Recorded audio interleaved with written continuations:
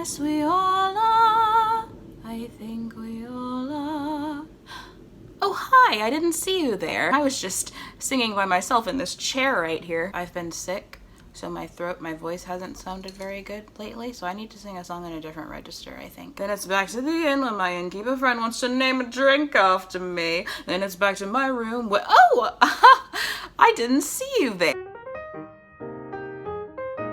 So I promised you a video about an Encanto prequel series, and I'm gonna give you a video about an Encanto prequel series. This video proposes an Encanto show in which Bruno, Julieta, and Pepa are children. Sorry, if you're new here, I did already make an Encanto video, so that's why I keep referencing things that I've said in the past.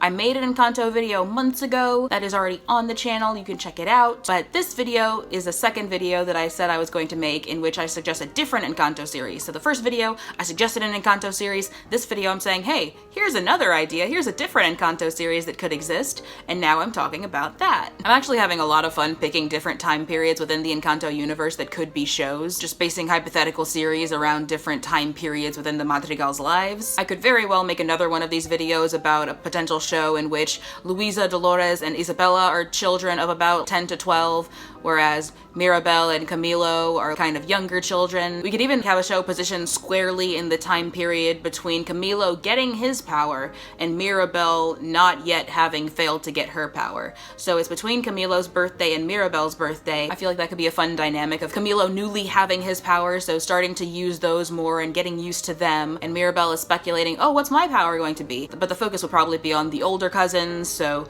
Luisa, Isabella, and Dolores. It would probably be a show mainly about them. And we would also get to see Bruno in the family as kind of outcasty, but not fully outcast yet. If you would be interested in hearing me develop that idea, then just kind of mention it in the comments and I'll write something up for it. But this video is about a show in which Bruno, Isabella, nope. This video is about a show in which Bruno, Julieta, and Pepa are children. We're talking ambiguously 10-ish years old, but in a cartoon way where they're not always beholden to the actual maturity of that age group. Basically, Avatar: The Last Airbender rules of what a 10 to 12-year-old is like. Well, 12 to 16 is the age group of Avatar. You understand what I'm saying. Let's get started. First thing we're going to talk about is what kind of limitations would be imposed on such a show by the status quo of the movie Encanto. First limitation, they can't leave Encanto. So in the previous Encanto video I said, hey, let's have them all go on an adventure outside of the town. This one, they can't leave Encanto because they haven't left Encanto. So this would be a show that would take place solely within the borders of the town that they have created. Another limitation, they can't resolve the problems that they resolve in the movie. So Pepa's emotional problems can't be resolved in the show. Bruno's outcast problems can't be resolved in the show. If anything, they would have to be created, which I'm going to talk about later. Another thing, any characters invented for the show that weren't in the movie, the audience is gonna wonder why they weren't in Encanto, so there has to be an explanation for it. I guess there doesn't have to be, but whenever there's a prequel show that shows characters that aren't in the movie, the audience is gonna wonder, hey, where was this guy? So I would like it to be the case that we understand why they weren't in the movie. This is easy for like childhood crushes of the characters because like if Julieta liked someone else before she liked Agustin, it makes sense that that person wouldn't be heavily in her life after she's married. But if we gave Abuela Alma a best friend who is her age, who isn't Mariano's grandmother, then it's gonna kind of be a matter of, hey, when did Alma get a best friend and when did she lose that best friend? Oh, is the best friend dead? I think the best friend is dead. And fourth and final thing, we can't threaten the magic. We can't threaten the magic and we can't threaten the lives of main characters who we know are in the movie Encanto. We could threaten the lives of characters we don't see in Encanto if we want to, because we haven't seen them in Encanto, so we don't know if they survive or not, so there's drama to it. More likely though, we could have the characters be threatened in ways that function in a more long-term way, or we could keep the threats small. So either, oh, there's this curse that could go into effect that could remain the case throughout the movie of Encanto and after, and wouldn't have been in the focus, so it's fine that we didn't talk about it in Encanto, or we just let them run the risk of embarrassing themselves or getting their feelings hurt, not falling into a ravine or something. Next section, are we willing to give it a downer ending? It seems to me like the best way to lead into Encanto is by starting off the characters in a better place emotionally and kind of beginning to pepper in or seed in the problems we see them have in Encanto. We start to see the dysfunctional behavior seeping in. Like, for example, maybe at the beginning of the series, Bruno just starts off as a kid who has the amount of good PR you would expect a normal kid to have, and then throughout the series, we see people start to be unnerved by him, uncomfortable with him, maybe whispering about him behind his back. More on that later. I don't know if Disney as a company would be willing to do something like that. It might be kind of dark to have a show that covers the emotional problems of the Madrigal family, and you would have to just watch Encanto to see them resolve. Like, the show itself doesn't resolve those problems. I'm not sure if that's something Disney would be super into, but for the sake of this video, that's how I'm going to kind of approach it, because it's not like I'm going into this expecting Disney to place a phone call to me and be like, oh my gosh, we love your idea, where can we sign you?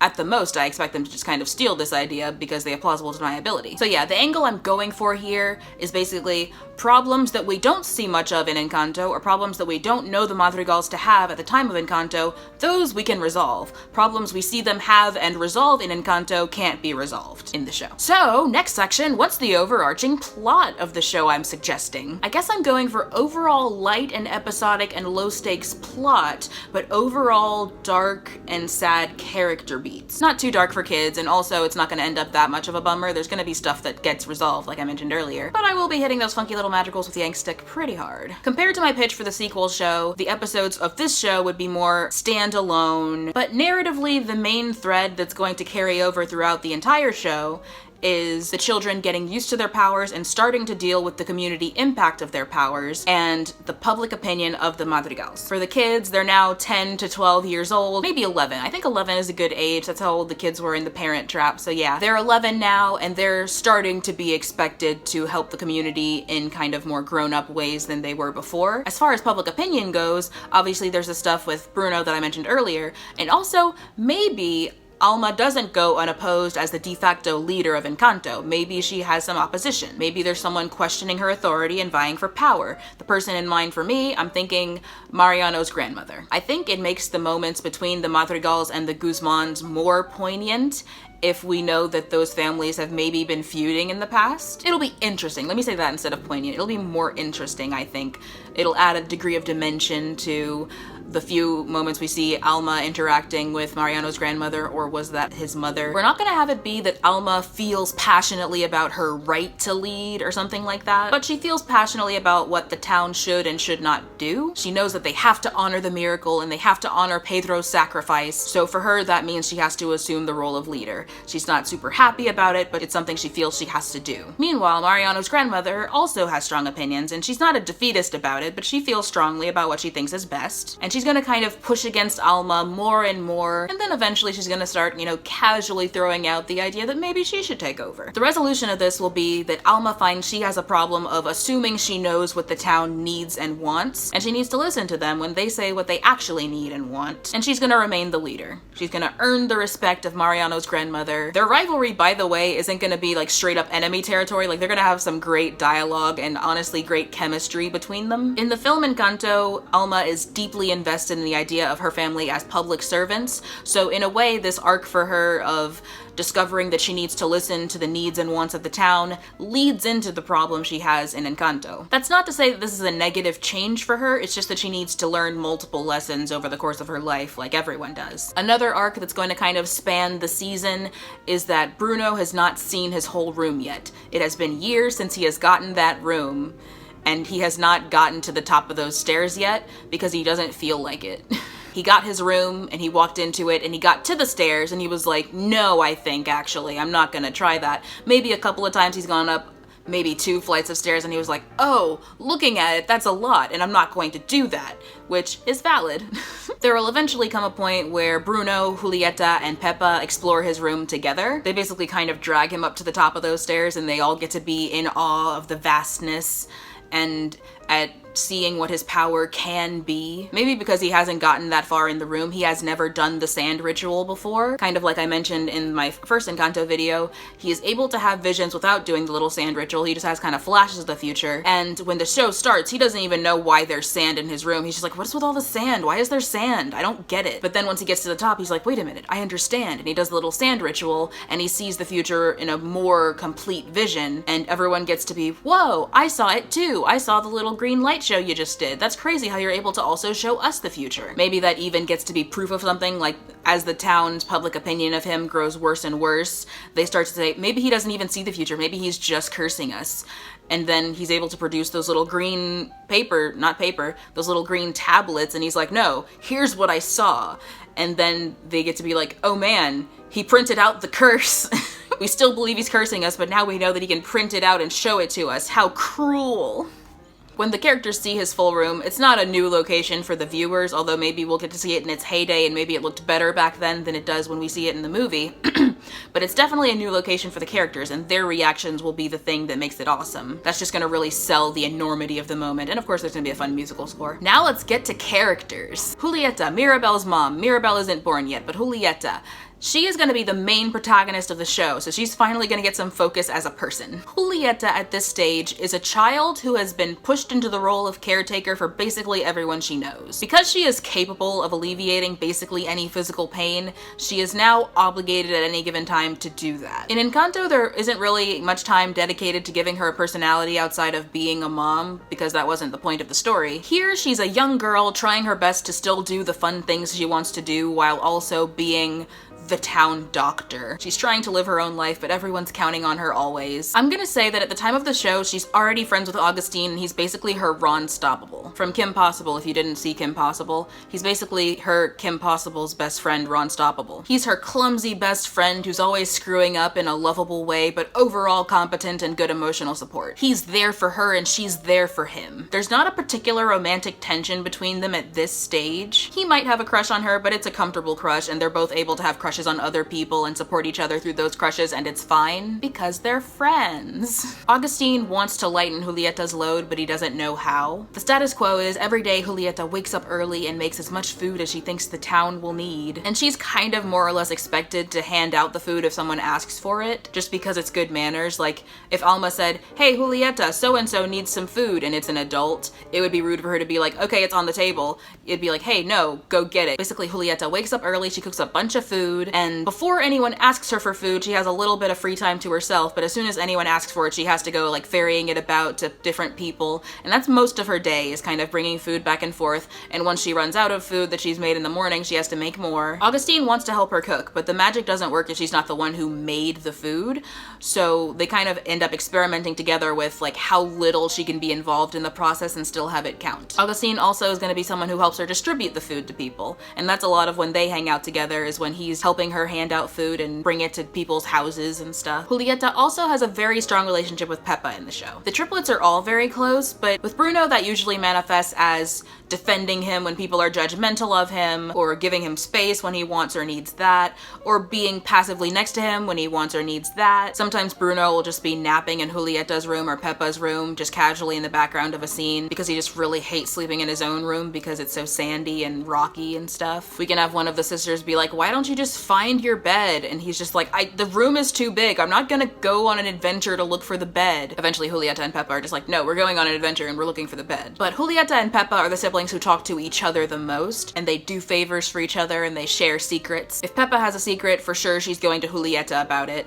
If Julieta has a secret, she'll go to either Pepa or Augustine, depending on what it is. It might seem that I'm just being reluctant to give these characters friends who don't exist in the canon of the movie, but in this case I feel like it makes sense. If you frequent this channel, you know that I'm not shy about making OCs, so it's not that I don't want to make some new characters. I think in the movie it's pretty well established that the Madrigals are kind of isolated. They don't socialize with the town in a super casual way. When they walk into town, there's a gravity to it, like they're superheroes. The triplets don't play with other kids too much. The fact that Julieta has a best friend who isn't in the family, like, she's the outlier. It's a sign of Julieta's kindness and approachable nature that she's able to make normal friends sometimes. Now for Pepa, one thing that I want to establish for the show, or at least something that I want to be the case, is that she's always had a crush on Felix. First of all, because I think it would be cute, and second of all, I think it would Second of all, I think it would kind of soften her edge a little bit. When I first saw the movie, I felt like she had weird vibes with Felix. I now know what they were going for with it, but I found it a little odd. In the song We Don't Talk About Bruno, when he was kind of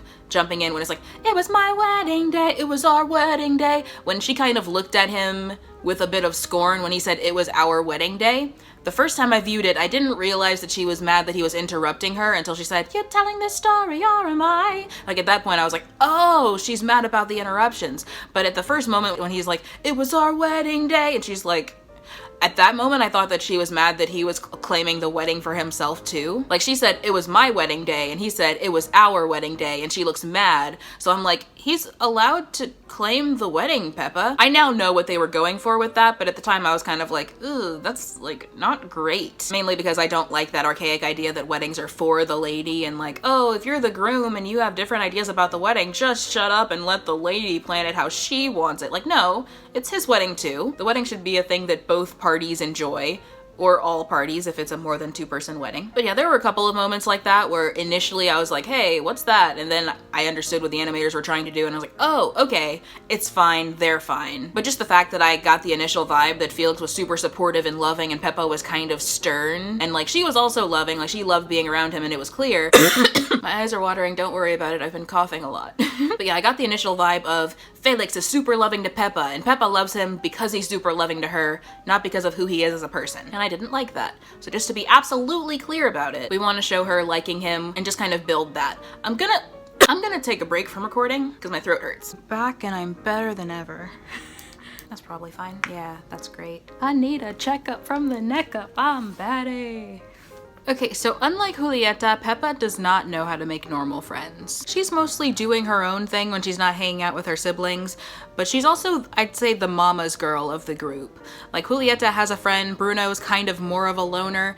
Pepa is more of the mama's girl. She'll hang out with Alma a lot. I think at the start of the show, Pepa will be more emotionally stable than we're used to. She's a happy child. But all it takes is one really bad time for her to be in a bad mood, for her to start having this contentious relationship with her powers that we see in the movie. All she really has to do is wreck the harvest once, and then she's going to start to feel that need to repress her emotions. The first time we see shades of this can be a fairly small thing. Maybe she stubs her toe and accidentally strikes someone with lightning. Not realistic lightning that is dangerous and like severely bad for you, just cartoon lightning that's like, ouch, I got struck by lightning. Kind of like in the movie where she strikes Camila with lightning. Cartoon lightning that just kind of smarts. Pepa goes, "Oh, I'm so sorry, I didn't mean it." And she's, you know, visibly kind of scared to know that she can do that accidentally. It doesn't impact her too hard, but that does kind of start to plant seeds. Then maybe something really upsets her and the whole town experiences a downpour and it affects the crops. Maybe there's a pre-established thing where someone's roof is being fixed, so their whole house is just absolutely washed out, and everyone in town is pressuring Pepa to calm down and stop being sad because they can't handle it. They just kind of can't handle it.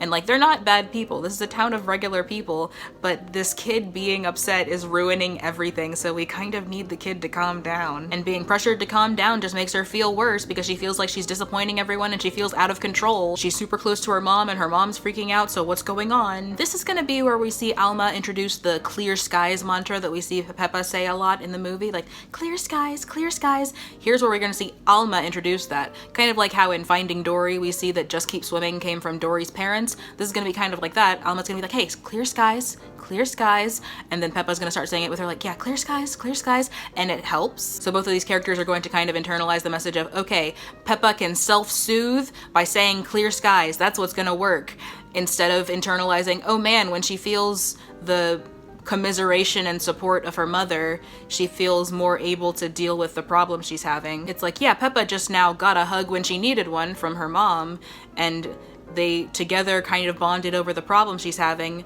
and that's what made her feel better. But they're gonna kind of attribute it to, okay, she learned to self-soothe, so now she can just do that. Basically throughout the show, Pepa is going to learn to fear her power, and it's not gonna be entirely an Elsa situation because it's not going to be an Elsa situation because Elsa shuts people out, whereas Pepa is still very much reaching out to Julieta and Alma, and she's not really reaching out to Bruno because Bruno is more like the sibling she lets sleep in her room and stuff. He's just kind of around. If we're gonna get really messed up with it, we could have like, oh no, if Peppa's having too good a day, that's also a problem. Like if she's too happy, the sun burns so bright and it's like, hey listen, it's really hot outside, can you like be less happy today? Just fully Harrison Bergeron her emotions. That would be It'd be messed up, but I kind of want to have that happen. And lastly, Bruno. Oh, I'm gonna have some fun here. Okay, like I mentioned, he's kind of like on the lazy side and with regards to he doesn't want to go all the way up the stairs of his room. But that's honestly, he's chalking it up to laziness, but really he's kind of daunted and afraid to go all the way up by himself. But he's kind of masking it with like, oh no, it's too many stairs. Uh-oh. We're back. We're gonna start the show with him being fairly cheerful, lighthearted, and reasonably well-liked. So the whole audience is gonna go, oh no, do we have to watch this happen? And yeah, we're gonna watch this happen. He won't have adult Bruno's full nervousness and self-esteem problems, but he will already have the knock on wood thing. It doesn't come from a place of anxiety. It's just like, oh, knock on wood. As a kid, he says knock on wood every time someone tempts fate, but it doesn't have the tone of fear and anxiety that it has when he's an adult. Bruno's journey through the show is, initially he's fairly secure with his power, but like when he sees something bad happening, he's gonna tell them like, oh man, something bad's about to happen. And steadily people are going to be more and more like, okay, is this kid cursing us? Is this kid like maybe doing some curses on us and making bad things happen? And his arc is gonna be like, no, I can show them, I can make them believe in me. And and as I mentioned earlier, this is gonna culminate in Julieta and Pepa and Bruno all voyaging through his room and finally getting to the top of those stairs, and they get to the little sandy room and he's gonna do the little sand ritual and have a vision. He's gonna be able to finally show someone else's vision. His sister's gonna be the first people he shows his vision to. They're in awe, they're like, whoa, we can like walk around and follow the vision and stuff. This is so cool.